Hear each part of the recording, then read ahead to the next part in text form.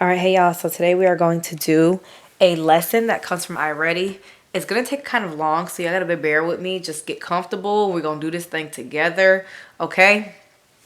So let's just get started, get right into it. We're going to be comparing functions. So we're going to be comparing slopes and y-intercepts from different things. So today was a snow day. Felicia decided to track the snowfall. There were already 2 inches of snow on the ground from the previous storm.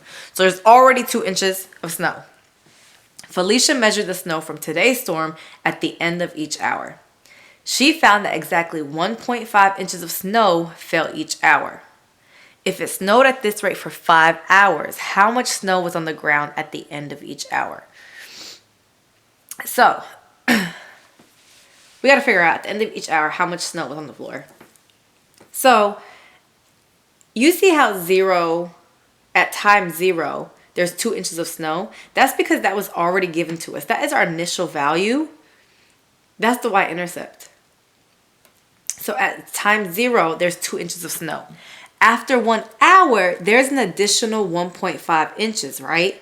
So I have to do 2 plus 1.5, and that's 3.5. So after 1 hour, there's another 3.5 inches.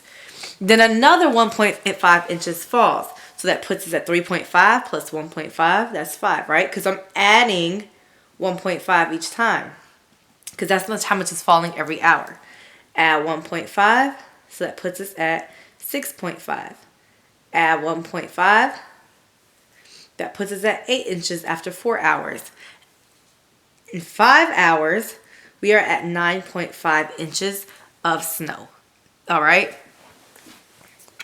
So we see how we got that? And we're going to figure out what these 2 inches and 1.5 inches represent in terms of, like, math terms. So, A, in the table, 0 represents the time when the storm started. How much snow was on the ground then? We already know. We said 2. So, at time 0, 2 inches fell. How much snow fell in the first hour? Okay, so 1.5 inches fell every hour. So, in the first hour, 1.5 inches fell. So how much snow was on the ground when Felicia measured it at the end of the first hour? So we had to do 2 inches that were already on the floor, plus that 1.5 inches that fell at the extra hour, and that's how we got 3.5. Sorry, can you see that? Describe how you can use addition to find the depth of the snow at the end of each hour, then complete the table. So we already completed the table. Jump the gun on that, it's fine. We added 1.5 each time, right? So in D, it says, suppose you multiply each hour in the table by the rate 1.5 inches per hour. What else do you have to do to find the total depth of snow? So if I did 1 times 1.5 to get the depth of snow, that would just give me 1.5. What else do I have to add? Dun, dun, dun, dun. That 2, I have to add that 2. I can do 2 times 1.5. 2 times 1.5. And I get 3. But I still have to add that 2 inches. That's how I got 5. You always have to add the initial value. All right? So E says to fill in the blanks to write an equation for the situation. Let S equal the depth of the snow in inches and H equal the hours. So S equals what our start is. Our start is we start with 2 inches plus 1.5 times every hour there was. All right? Now we can graph that amount of snow that fell. So I need y'all to know that these points correlate with this graph. So time is on the bottom. Amount of snow on the ground is on the x-axis. Amount of snow on the ground is on the y-axis. So at time 0, the amount of snow that's on the floor is 2. So I go, this should be 0.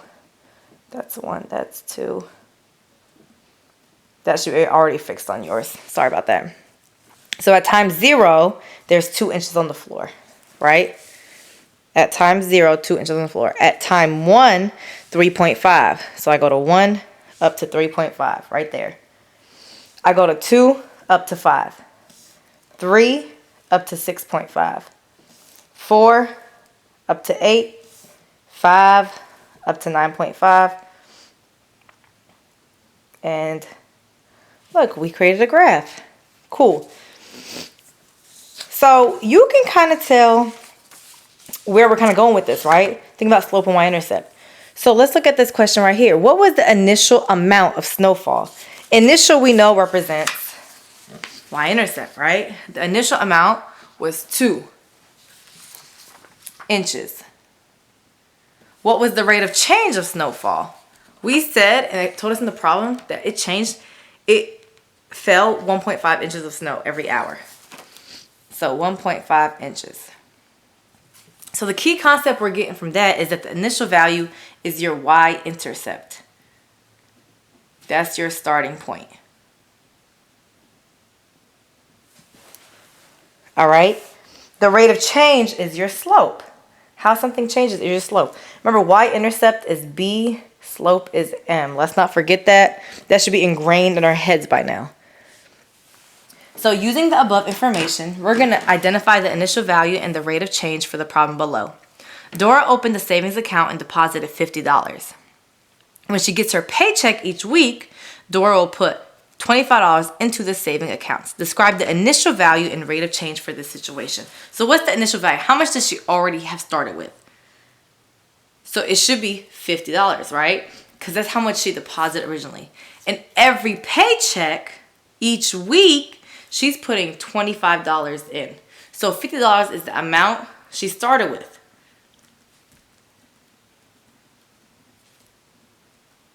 Before any weeks have passed. She opens up a account, she puts $50 in immediately. Then every week, $25 is her every week addition. So every week she puts an additional $25. Cool. So that's initial value, rate of change. We've already seen this in the word problems we've been doing. So it's fine, that's things we've seen before. But before we move on, I want to remind us of how we find slope from a graph. Remember, you choose 2 points.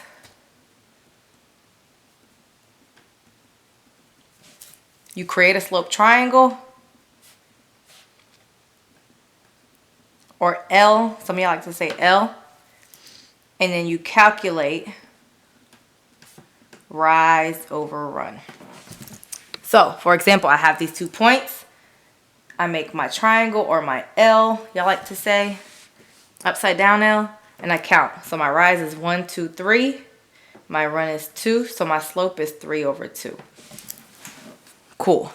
Just a reminder, because we're going to see that in the next. So key concept number 2 is that when we're comparing slopes, because we're going to go into comparing slopes and y-intercepts, so this is an important concept. When you're comparing slopes, you are comparing their absolute value. So for example, if I say one graph has a slope of -2, one graph has a slope of 1, we know -2 is technically smaller than 1, but we're going to look at the absolute value. So this graph, the slope of -2, is technically bigger than the slope of 1 because we're looking at absolute values. So now let's compare rates of change. So let's read this problem. A biologist studied the growth of 2 different trees over a 5-year period. At the beginning of the study, she measured each tree's diameter. The biologist took the same measurement each year to determine the growth. So she took the measurement at the beginning, then over 5 years, she measured the growth. The red maple in her study had a starting diameter of 4 inches. Starting. The diameter grew at an average rate of 0.3 inches per year. The graph on the right shows the growth rate of the silver maple tree. Which function has a greater rate of change? So I see, okay, greater rate of change. I am looking to compare the rates of change. And we know the rates of change mean slope. So they gave me some information here about the red maple, and then they gave me a graph for the silver maple. So I got to extract the slope from the word problem and extract the slope from the graph and compare those. So looking at the word problem, we can find the rate of change for the red maple. So the red maple in her study had a starting diameter of 4 inches. That's not the slope. That's the starting point. That's the y-intercept. The diameter grew at an average rate of 0.3 inches per year. That per tells me that's the diameter. So the rate of change for red maple is 0.3. Now I have to find the rate of change for the silver maple. So remember, I just told y'all how to find slope from a graph because I knew we were going to need to use that, right? So I'm going to pick 2 points, my first step. So I'm going to pick 2 points. Remember, they have to be on the corner of a square. So I can pick this one right here. And let's say I do this, the y-intercept point, because I know that point between 2 and 4 is 3. I can tell you what those points are. And then I'm going to create my L.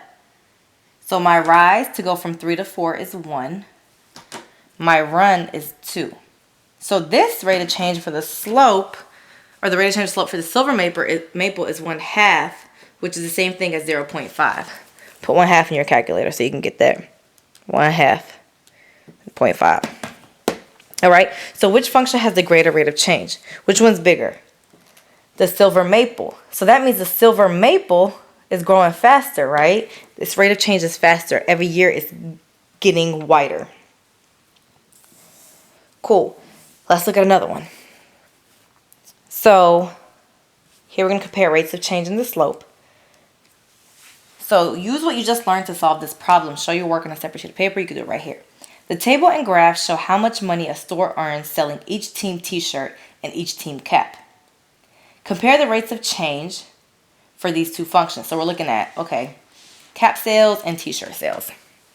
We have a table and we have a graph. I know rate of change is asking me to compare slope,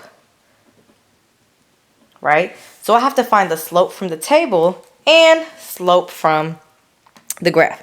So y'all should already know now, because we did slope from tables, that in order to find the slope from a table, you can either do your subtraction or you can go to stat, edit, and put your items into L1 and L2. I have to clear this one out. And I only really need the first 2 points, right? Because I can find the slope with just 2 points. So I could put 1, 2 in here, and then 4 and 8. 4 and 8, right? I don't have to put all of the rest of it. Then I go to stat, calc, hit number 4, and keep clicking enter until I get something. So it tells me A is 4, B is 0. So A represents the rate of change. It's the M, the slope. So the rate of change for the table is 4. That means they are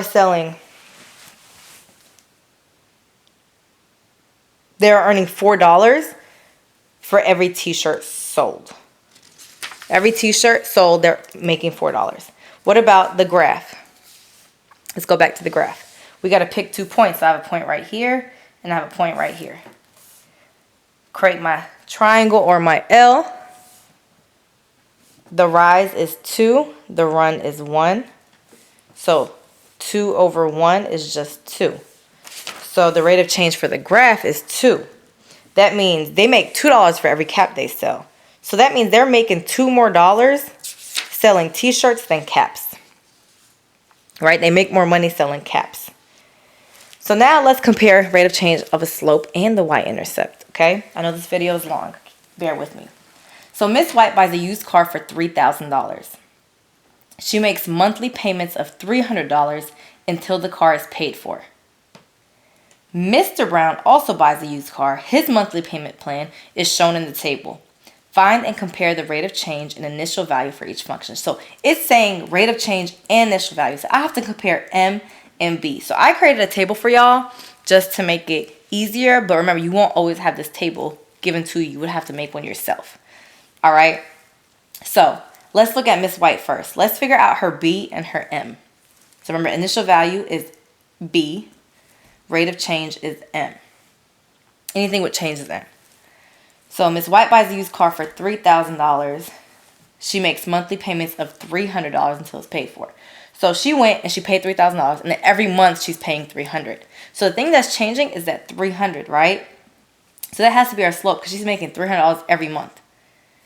And her initial deposit was $3,000. Cool. Now let's look at Mr. Brown. We have a table. All right. This is technically X. That's technically Y, just so y'all know. Top X, bottom Y, left X, right Y, depending on how the table is facing. So Mr. Brown, we need to find his initial value. We can do that in the calculator, but I want to emphasize to y'all, if you ever see 0 as an X, whatever that Y is the y-intercept. Remember, because the y-intercept is a point where X is 0, right? It's on the y-axis, so the X point is 0. So 0, 2400. I already know the initial value is 2400. Now I got to find the rate of change. I can do the same thing in my table. Click Stat, Edit, clear everything out, go down. So I'm going to only put 2 points in. I'm going to put these first 2 ones. So I'm going to put 0 and 1 because I don't have to put all the other ones. It's going to waste my time because I still can find the slope. And then 2400 and 2100. Only the first 2. Go to Stat, Calc, 4, enter, enter, enter, enter, enter. All right. And as you see, I told you my B was 2400. That's what it gave you here too, right? Cool. And then the rate of change is negative 300.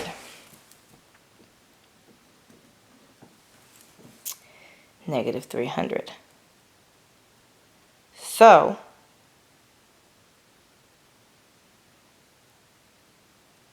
if we're comparing the absolute value, then the rates of change are the same, right?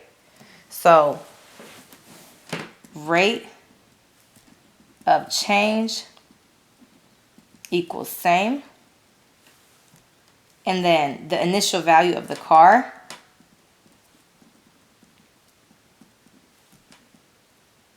Miss White's car is more expensive.